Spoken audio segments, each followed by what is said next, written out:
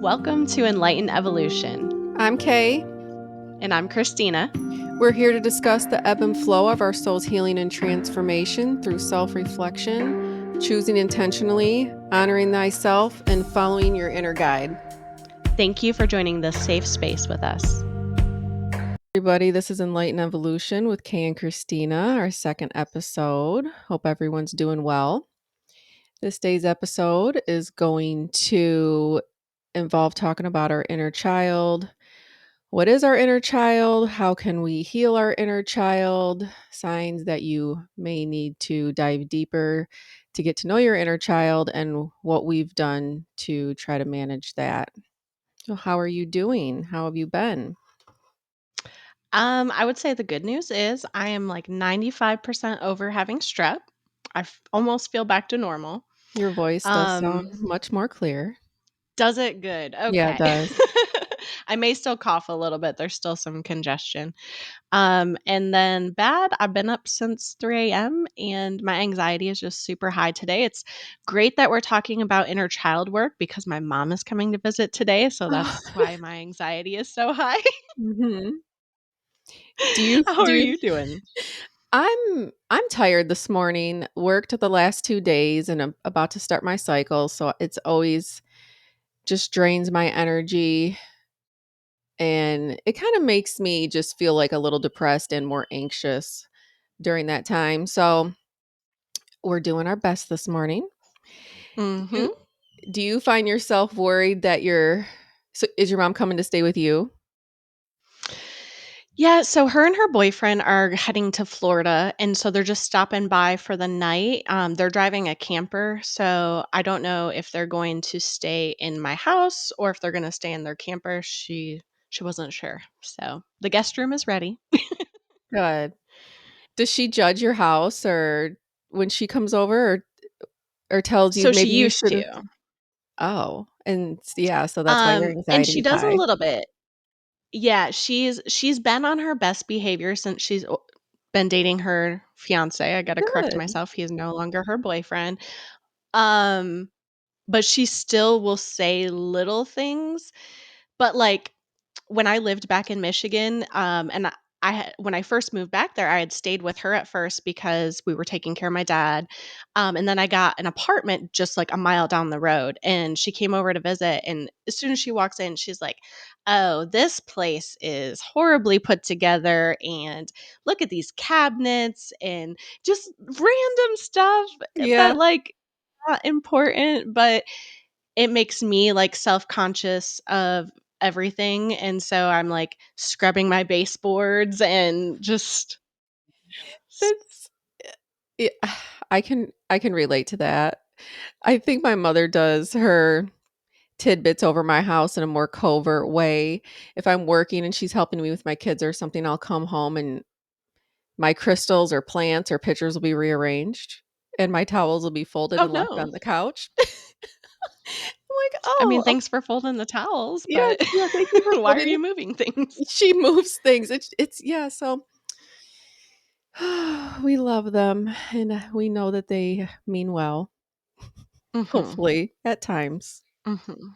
I'm sure they do. I'm sure it comes from a place of love somewhere.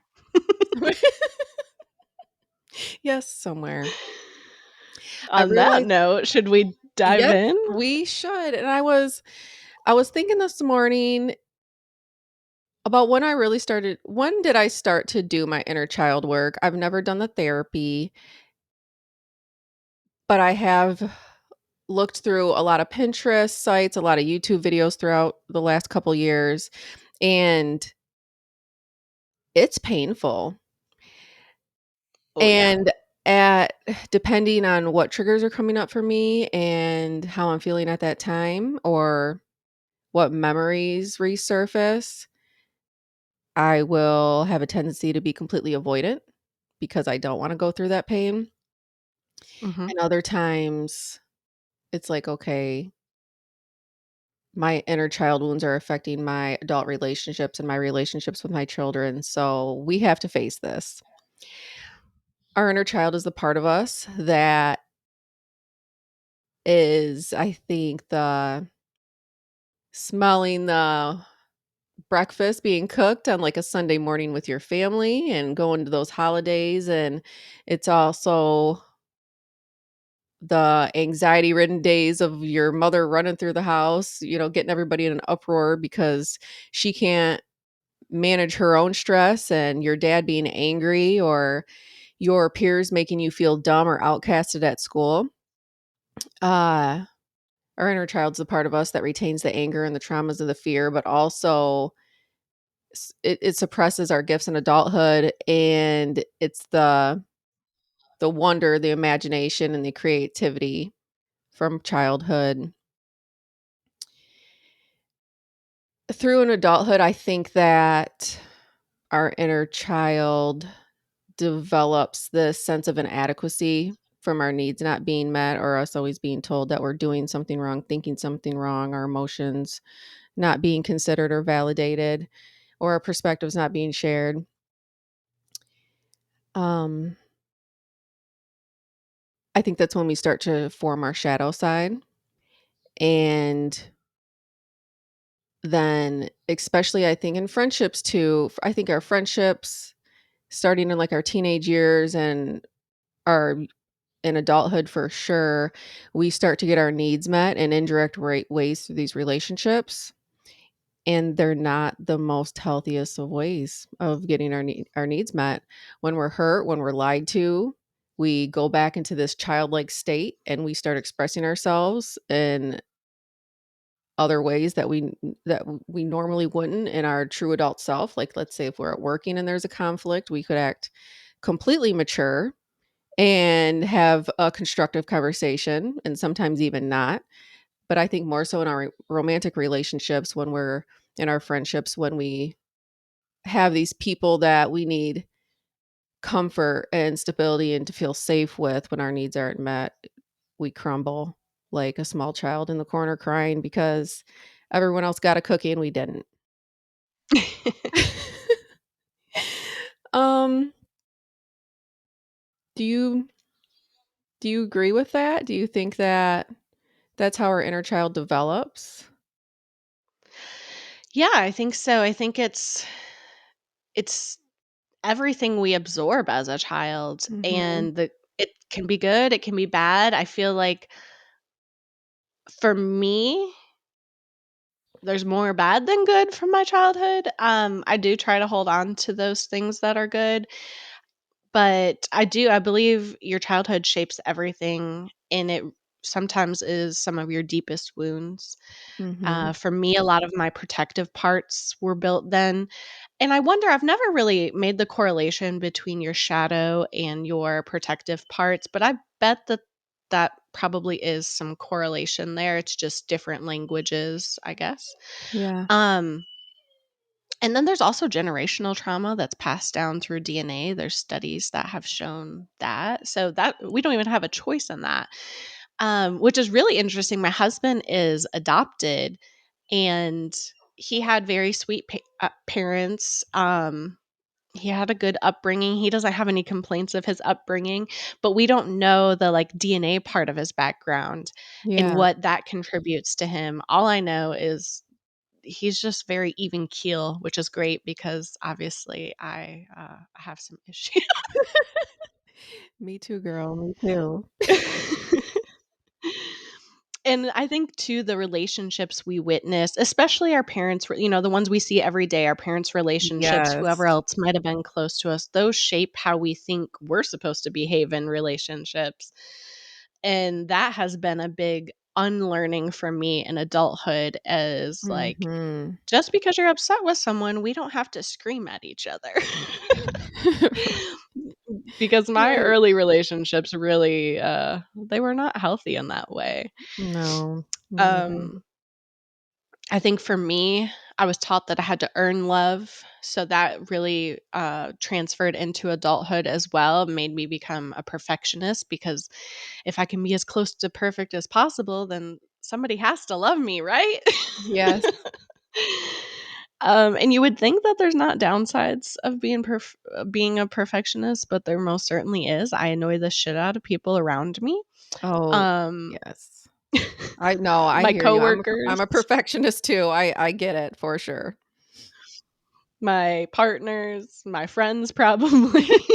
No, I I I understand. personally I personally, like, love it. I feel safe with it, and maybe Okay. yeah, Hey, yeah. I'll take that. Yeah. And I think some people do, and it really depends. Like, I have one coworker who is very much the same way, and so she loves it because that's how she is as well. And then I have others that are very more, like, lax and laissez-faire, and it really is a problem for them. And so right now, part of my work is navigating, people that have different perspectives and different ways that they approach life. Not everyone is a perfectionist. And I saw this meme, let me look it up on my phone the other day. There's this account I follow on Instagram and they post like astrological what's a memes, sayings. It's Mhm. called Sanctuary World. And so for Cancer, I'm a Cancer. It says your mom's recipe isn't the best. It's just what informed your taste. And I Ooh, was I like, like it. oh, that hit home Yeah. because my mom is a perfectionist as Yeah. well, and that's where I learned it, Mhm. and just because that's how I was raised and it makes me, do a good job at things, it also has other downsides. It makes me judge people for not being a perfectionist, and it Yeah, makes me have a hard time having relationships with people that maybe are a little bit more relaxed and aren't as concerned with the things I'm concerned with. But I thought that that was really interesting. I Just love it. because Yeah, your mom's recipe, it doesn't mean it's the best. and unfortunately, sometimes we find comfort in the familiarity of things when, they caused us harm, and then Yeah. that trickles into the adult relationships. It's, "Oh, this is familiar. I'm being yelled at and told that I'm inadequate or I should be doing something a different way because this is what they prefer, and I've always heard this, so let me just go ahead and alter myself to give them what they prefer to keep the peace around here." Have you ever, because I feel like we have that similarity in what we took from our childhood of kinda needing to people please and things like that. Mhm. I remember pretty much my entire life until the past few years, and this may be a little too far gone, but, like, even, like, when I was getting ready to go on a date, I would dress the way I thought they wanted me to Oh, dress girl, yeah. so that I would be accepted by them. If I was going to hang out with a group of friends, how should I dress so that I can, be accepted by them? Um, and I felt like I had really done away with that for a while. Mhm. Lately, I've been out of my spiritual practice, so my anxiety is creeping back in. Um, but yesterday when I went to go get a tattoo, why was I thinking before I left, okay, how should I dress so that they don't think I'm a weirdo or they don't think I'm stuck up or and I was like, "Mm-mm. Stop. How do you want to dress? What are you comfortable in today?" Yeah, right, But that was exactly. something that really consumed my thoughts. Did you ever experience anything like that? Absolutely, and especially which rightfully so, growing up, it was just my sister and we would put on things. That's when, in the early 2000s when the thongs being draped across your hips came out, and I Yes. remember we walked out one time and my dad was like, you can turn right back around." And Absolutely not. yeah, absolutely not, ma'am. And so, but I mean, that was, of course, something that he should have been doing, not letting us express ourselves in that way. But with my mother more so, it would be like, "Oh, that lipstick's too dark for you. Oh, that color doesn't fit your skin tone well. Oh, you're why did you straighten your?" Because I have very curly hair. "Why did you straighten your hair today?" And so those things, I think, creeped up through adulthood, and yeah, when I was getting ready, of course, it's like, "Oh, does this lipstick not look great on me today? Maybe I shouldn't wear this shade. Or do I look too is this too revealing? Like, does he want a more conservative girl?" This last relationship that I just got out of, and I think I have good taste as far as I dress, and I dress pretty neutral I and love your classy. style. Thank you. I love your style too. And but I don't like to wear a bra the majority of the time. In the winter more so cuz it's cold, but in the summertime I'm as free as can be. Um and so he he didn't really like that about me. Oh, I want somebody more conservative, or that's just not the type of, well, I should have left that situation a lot sooner, but it was something I conformed to to coddle his insecurities. And we won't be doing that any longer. If I don't want to wear a bra and you're uncomfortable with it, then that's okay. Find someone that does wear a bra. And I'm appropriate. If I'm going to a funeral and I have a classy dress on, I'm probably going to throw a bra on. I've never walked into my workplace without a bra on. There's certain times, you know. So Mhm. yeah, I do. I have those moments where it's like, okay, what do I need to do to please everybody around me to make them feel comfortable?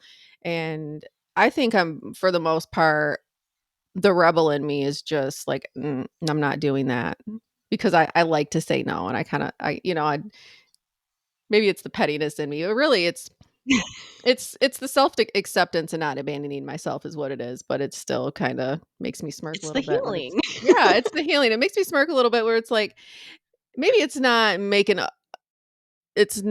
of the making other people uncomfortable, because I don't want to make them uncomfortable, but it's just not abandoning myself anymore to make you feel more comfortable around me. I don't need to simmer down a little bit so you feel good in your own skin. I think that's my point here. Did you ever experience, bullying or anything when you were a child? Um, I remember in elementary school, I I didn't have the confidence. And it was, I realize now that I didn't develop this inner strength of speaking my mind or speaking up for myself or having confidence because of the critical aspects my mother gave me in the household. I remember coming home saying like, so and so did this, and it's like, well, you don't need to act that way, or you, but I said this back to her and you didn't need to say that back. It's like, so I remember like subtle things, like I had rosy red cheeks and curly hair. I got made fun of for that. Nothing physical, but I didn't have a lot of close friends. It was very hard for me to build relationships in elementary school. I developed them more in middle school and through high school, but I didn't have them in elementary school. I remember feeling quite alone most of the time, actually. And then I think that evolved into, I had a very, lost my virginity at 13 years old. I had a very abusive boyfriend, the first boyfriend I ever had, a couple years older than me. Um, and he was a bully. And so it started, the abusive cycle in my life from my peers started at a very young age. Because I never was taught to embrace my inner voice and honor my yeses and my nos and stick up for myself, because it was always how I think is wrong. Do you have any traumatic experiences from elementary school to young age that that stick out to you still? Um, I don't feel like the bullying so much. I think it contributed to my people pleasing and wanting to fit in and abandoning myself to fit in. Mhm.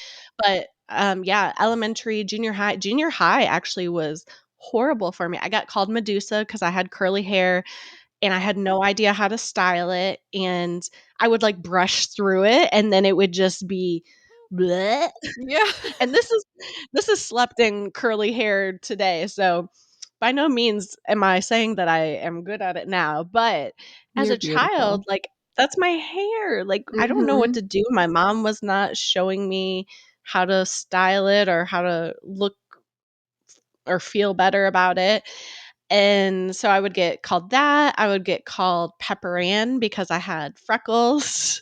What was the other one that they called me? Oh, Oh, Rosie, that's what they called me. Sorry, you just Rosie. Um, rat, rat face because I have a large Italian nose. Yeah, so those weren't fun. And the shitty part, and as a kid, I didn't know the story of Medusa and what that really meant. And those kids probably didn't either. And they didn't know my trauma and that I had actually been sexually assaulted. And now you're making fun of me and calling me Medusa because my hair is curly. I'm actually thinking about getting a Medusa tattoo. I know that's a side conversation, but Ooh, I love that. yeah. I've always that's funny, I've always considered that. I have s saved Pinterest, like, etches of her. Oh, Ooh, we should do nice. that. I need to find some. Yeah, I have a, tribal cross on my back that I need to cover up, so I think that might be my second to next tattoo after I get one for Ambrosius. Um, but yeah, those did definitely contribute to me just wanting to fit in and feeling so lonely. I actually left school because I was getting bullied so much, Oh, and I went to a no. Christian school for 2 years. So I left, our school in 7th grade, went to a Christian school for 2 years. At first, it was a whole world of difference, and I felt Mhm. so accepted, and it felt like a really good environment. And then as we get into freshman year, I'm on the soccer team, and they have all these rules of what girls can't do, and we got I got in trouble for changing into my soccer practice clothing because we had to wear dresses to school.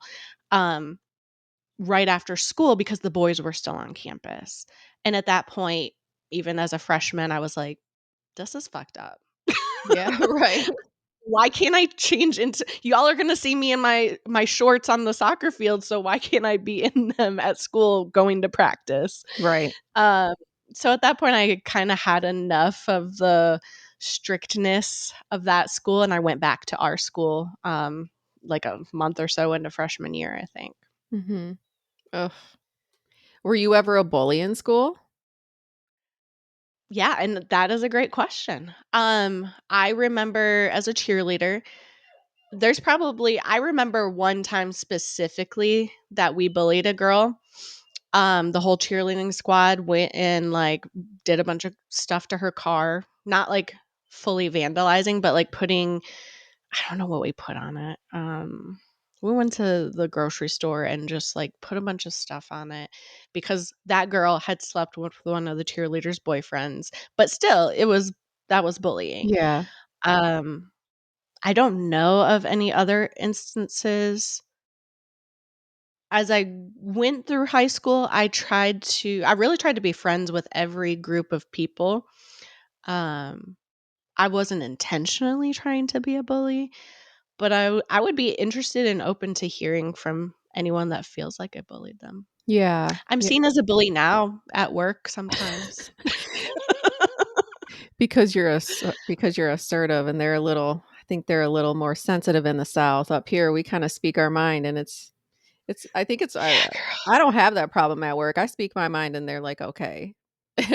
Yeah. And So I don't that's the problem. Mhm. Because I've worked in leadership in Michigan, and the way I speak and the things I do were never an issue there, but Oh, I was gonna in the ask. South Right. Good. yeah, in the South, it's totally different. Yeah, that's too bad. I was never really a bully in school. I remember back to the people pleasing, I was friends with bullies. As my friendships developed from elementary school into junior high, I found safety in the bullies because I was no longer being bullied if I was, friends If with the you're their people. friend. Yeah, if I'm their friend. So I remember a couple mean things that stick out in my mind. This one girl had like poor thing, just had she's like dark complected like feature wise, and she had like really dark hair, and she had dark hair that grew on her arms, and I think we called her hairy girl or something. It was just mean. Mm, I feel bad about that. And if there was anybody listening to this that knows me that I've ever hurt in any way, I'm so sorry that you didn't feel loved and accepted same. in those And if moments. you feel like you need an apology from me, let me know because Oh, right. Yeah. sometimes we don't realize it, especially as children and teenagers. Like you said, I mean, I was definitely friends with people that were bullies Mhm. and possibly out of association with them, I probably joined in conversations or laughing, Yeah. stupid stuff that teenagers do. Um, but just that one situation pops out to me in my head, especially Yeah. because we got in trouble for it, as we should have. Right, right. You can edit this completely out if you want, but is that the incident in high school where that did that girl get her car pooped on? Is that the incident? Oh, no. So, there was a different incident, and that one didn't get in trouble. That was just our friend being stupid, but I don't Yeah. think she got in trouble. I don't think so. That's a wild story. So, I kinda wanna talk about how our childhood shapes our internal foundation, and you Okay. already you already kinda spoke about this, about how we're a byproduct of what we're surrounded by, and I just wanna shed light on, you might be sitting there thinking like, "Well, I had a good upbringing, we were well off to do, and I didn't get sexually assaulted, or my parents didn't really spank me, and we did have good times." I'm sorry, but I don't care who you are. You have entered you have some things from your childhood, and you have an inner child that probably needs to be comforted and acknowledged in some way. Just because somebody has a well-to-do, financial, stable household, it doesn't mean that you didn't suffer from emotional abuse and you weren't neglected or seen or heard, or your parents are working constantly, so you're taken care of by caregivers and nannies. Um, I think that we self-sacrifice so much in order to feel seen and heard, and for me, that has built so much resentment for other people because I'm doing everything for them now, and they're not showing up back for me. And you can't always expect people to give you what you're giving them, and then that, goes into choices who we're gonna choose to have in our life and who we're gonna keep to have in our life. I think recently, especially more so this last year, I just realized, like, I hate who I am in my romantic relationships, and I hate the world around me. And not that I was ever suicidal, but there'd be moments where I wanna die because this is so miserable. And Yeah. I just I if you're surrounded by people that you're resenting because you're not getting what you need, and this may sound a little harsh, but it's your fault. I've had to take ownership of staying in these situations where my needs aren't being met. As children, we don't have a choice. We have to stay there. We Mhm. have to be there for survival. And but as we grow into adulthood and we become more self-aware, "Oh, we don't have to do this anymore. I don't have to be here." And to all those people out there that are that are bound to these marriages or relationships where you are there for financial stability and security, that has to be so hard. And it's so hard to do inner work while you're stuck in an environment that you can't grow in. So Mhm. if you do know that you want your relationship to end, start coming up with a plan, start doing things for yourself, and try to find a way to become more independent, because that's not easy either. No, I've Um, definitely my first relationship was like that, and it took yeah. time. It's not gonna happen overnight. You have to slowly, put your Mhm. coins together and get away Yeah, from it. right. And if you have a support system, of course, if you have parents or friends, family, grandparents, anything that would co-sign on an apartment for you or help you with a deposit, or something like that, don't be afraid to ask for help. As children, we're constantly asking for help in indirect ways. When we're tired, when we're hungry, when we've had a bad day at school, and we don't always know how to express ourselves in words, it bleeds through our emotions, and I think into adulthood, we still don't know how to ask for help. But if you're in a situation and you need help, there is resources out there, and I think that in our first episode, we did give resources for domestic violence, and we can, in our description about our show, we can put those at the end of the description, so you have those resources. But a lot of things do start with asking for help. And I Um know that's hard when you've never mhm. done that or never if you've never maybe you've asked for help before and it's been denied of you, and then after that you think, "Okay, well, I can't rely on anyone." It's hard to get back out there and say, "I need help, and I need Yeah. my community to support me." Yeah, absolutely.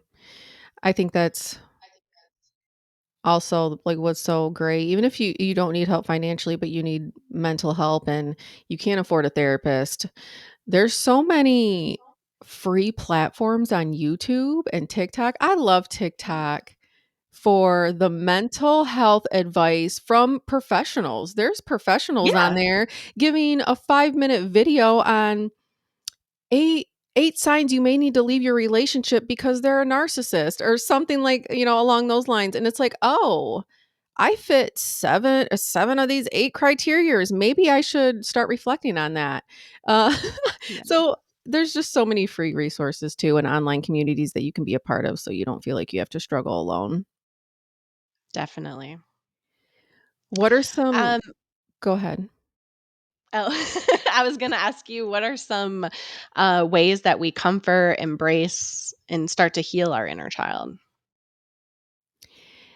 I have some pictures in my room. The one specifically, I was a baby about 1 years old, and there's a picture of both my parents in their 20s, and they just look as happy as can be, and they're holding me, and it just brings me so much comfort to look at that picture. As I go through albums or old photos, my mom is, like, borderline hoarder with photos, and I could go through boxes of every stage in my life, and looking through those, it's like, "Oh my gosh, there's so many good times that we had." And looking through those good times, it a lot of the I start remembering a lot of the trauma too that comes up, or just how I didn't feel seen, how I didn't feel heard, and I think what helps me is almost creating an inner dialogue with yourself and your inner child, especially while you're looking at those pictures because and not that you're 2 separate souls because you're not, but you are 2 separate people now. Mhm. I'm separate from my 7-year-old self now, so I can talk to her and I can love her and try to have these conversations with her, and I think doing that and trying to better understand what she was going through at that time gives me the grace now to work through the triggers that I have from my childhood, that come up. I think that other things, like, we have such a high imagination and wonder for the world, especially outside. I know, I don't and maybe this is different for other people in other parts of the world. If you grew up in, like, the desert, you didn't get to go play outside. My niece doesn't get to go play outside. But when she came to Michigan, I remember last summer, she has never ran outside barefoot before and felt grass on her feet. She's 6 years old. Oh, wow. And she was just I mean, my parents' backyard is 3 acres on the corner, and there's a creek and a field back there, and she just had this sense of wonder and imagination just running through the yard, swinging on the rope swing, sitting outside by the bonfire, roasting marshmallows, looking up at the stars, and I think getting back outside in nature is so huge, embracing your Mhm. creativity. We used to go up to like Lake Superior and get those really flat rocks that lay on the shore and then bring them home and paint like murals on them. And so I love to do that now, paint rocks and make beaded bracelets and just try to embrace my creativity. I think that's ways that we can heal and comfort our inner child is do those things that we love to do in childhood. What about you? Definitely. Cuz I know that I think you made that moon face thing behind you cuz you've made me one. I know you've made your resin trays. You're so creative. And I'll tell you what, like, I've always been interested in it, but it's, like, in my home, it was shot down. Anytime I would try to get creative, I would try to we had a video camera. I would be trying to make, like, hosting shows, where I Oh. would interview my friends and things, and then there's actually a home video of me doing it, and I have, like, a blanket up as, like, a backdrop, and I have, like, a blazer on and I'm interviewing and having so much fun. My dad's in the background laughing at us. And then you hear my mom come home and she starts screaming as soon as she walks in the door, "Put this shit away. What are you doing?" Ugh. And that's the epitome of kind of what I experienced in childhood. Mhm. Anytime I tried to be creative and have fun and do those types of things, it was shot down. Yeah. And I was seen as a burden. I was making a mess and these types of things. So yeah, as an adult, I have been trying to embrace my creativity. I have been making all kinds of crafts. I've been doing macrame, resin art. I paint. I absolutely love to paint.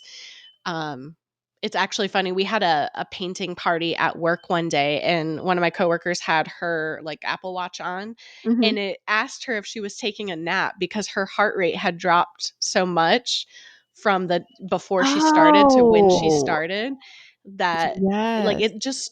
it soothes you. You get Yeah. in the moment, which our anxiety is, when we're living in the future. Our depression is when we're living in the past. But when we can be present in the moment, we can be at peace.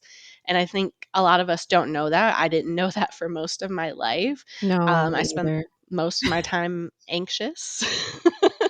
And it's hard to be in the present moment, especially if you are used to disassociating, which Mhm. was another thing that I learned from childhood. Yeah. Yeah, same. So being present is hard, but it is so powerful for yourself. Um, but other things I have done, I would say I didn't know I needed to do inner child work until I was watching home videos of myself as a kid and seeing how, like, hypersexual I was acting as a kid, like provocative dancing, making hand gestures. Like, I was a teenager in some of them, Yeah. but in others, like, it was very awkward to watch. It was very uncomfortable to watch, and I was like, "Oh, I need to do some work with this." So I started with guided meditations, just, like, going and meeting your inner child and asking them what they need, comforting them. And then a lot of my work in internal family system therapy has been around parts of me that were developed in childhood. And so, kind of giving those parts a chance to stop carrying their burden. That's been instrumental. And it's not, I think when I started my healing journey, I was like, oh, at some point I'm going to be healed and I can check that box because I just love to check boxes. And It's a then I'll be never-ending great. process, baby. No. Never-ending process. And you might work through something and you're like, okay, I got that down. And then something triggers it and it pops back up. Like I felt for 2 years, I felt like my anxiety was gone. It was amazing. When I rekindled my relationship with my mother, it started to creep back in. So I was Mhm. like frustrated at first because I'm like, no, I did this work. I shouldn't have an issue anymore. Yeah, right. And then I was like, oh, no, you were in a kind of a comfort bubble. And now the things that triggered that are coming back and you got to work through them. Do you find yourself able to label the root causes of your triggers and of your anxiety in certain situations? Sometimes, Like most of the time, yeah. The other times, like a couple visits ago with my mom, I had a blown panic attack when she left, and I have not had one in years. And so that was very upsetting for me. Mhm. I used all my tools to kind of work through the panic attack, but it was like, I got to call my therapist. I got to get in for an appointment because I need help getting to the root of this problem. Yeah. Yeah, for sure. What Can you give us a couple examples of the tools that you used? For Just in that getting in moment, touch. it Oh, yeah, when you're having a panic attack, what are some tools people could use when they're in those moments? definitely. Breathing, just slowing your breathing is Mhm. number one because when you focus on your inhale and your exhale, it helps to bring you to the present moment. So practicing some deep breathing or some box breathing where you breathe in for 4 counts, hold it for 4 counts, breathe out for 4 counts, hold it, and keep that going. Also, there's a breathing technique I do with yoga with Adriene where she does alternate nostril breathing, where you breathe in one side, plug the other side, breathe out, Yep. breathe in, and do that. That helps to get your brain present. Um, Also, doing the what can I see? What can I smell? What can I That's my favorite taste? one. Yeah. I What love can I that one. feel right now? Mhm. Because, like I said, anxiety is you being somewhere not present in this moment, probably somewhere in the future, thinking of all the things that could possibly happen. And all these tools are really to bring you to the present moment. I also will pull up a guided meditation on YouTube, a quick little 10-minute anxiety countdown where you kind of do a body scan and feel each part of your body individually and focus on each part. Those are all my go tos for sure. Do you find yourself to be more of a past thinker or or it's hard to say in the present, but more of past or thinker or a future thinker? I would say I more lean towards future. I Mhm. What happens when my anxiety is high like it is right now, I'll wake up in the middle of the night and think of something I did or something that's going on in my life. Lately, it's been work, and then I'll think of, "Okay, what are all the possible outcomes that could happen from this? Could I lose my job? Could I, have I ruined my career?" Like, things that are not true at all and Right. not gonna happen, but Right. these are the thoughts that go through my Yeah. head. Right. So yeah, mostly future thinking. I have had, some serious bouts of depression in the past, and those have, I guess, been more past thinking. Mhm. I I tend to be more of a future thinker as well. I and then I'm afraid that I won't have enough time to do everything that I wanna do. There's so many places I wanna travel.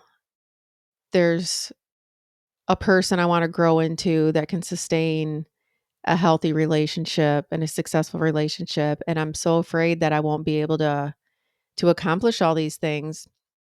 And so in those moments when I'm feeling like that, I do use those, mostly the tool of can you see, smell, hear something, and then just bring yourself back to the present moment. And journaling has helped me a lot. And I don't even have a strategic plan when I journal. A lot of times I'll just vomit all these words out. I love using my notes section in my phone because you can get things out faster than actually writing. And Mhm. it's turned into poetry for me. And so I use that as an outlet now to just kinda just have a creative outlet and turn, I guess, what, turn your pain into art, they try to say, I've heard.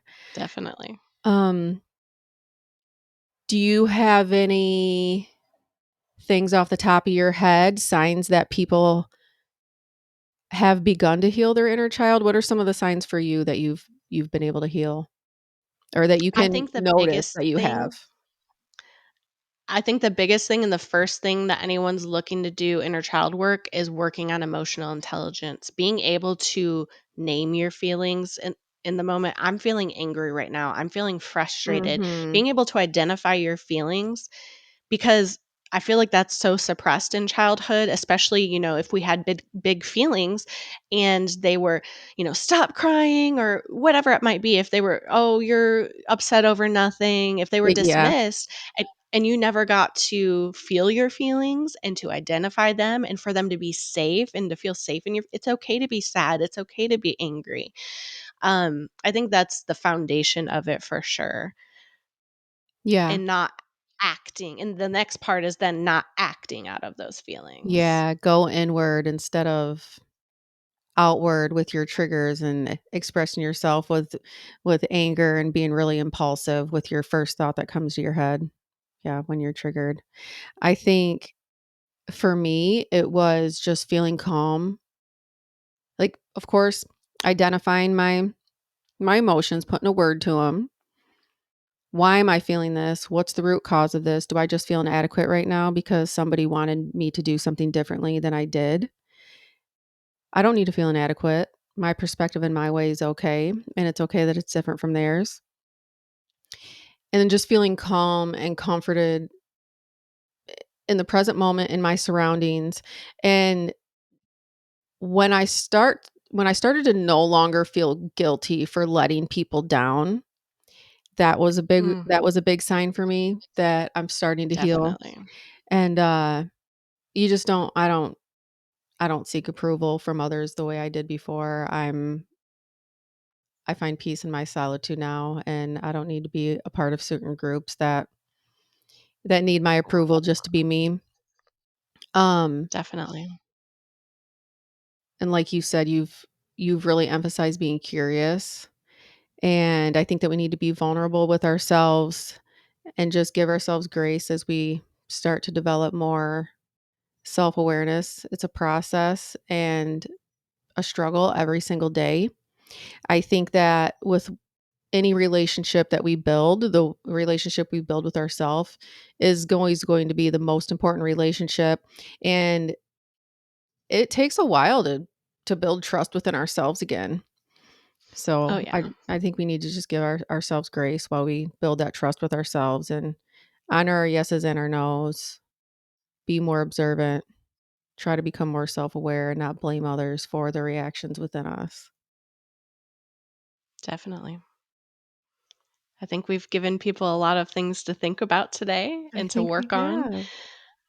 have. Again, we'd love to hear from you. If you would like to share your story, share what you're working through, share what's working for you, you can write into us at enlightenedevolutionpod@gmail.com. And we thank you for joining us. Namaste. Namaste.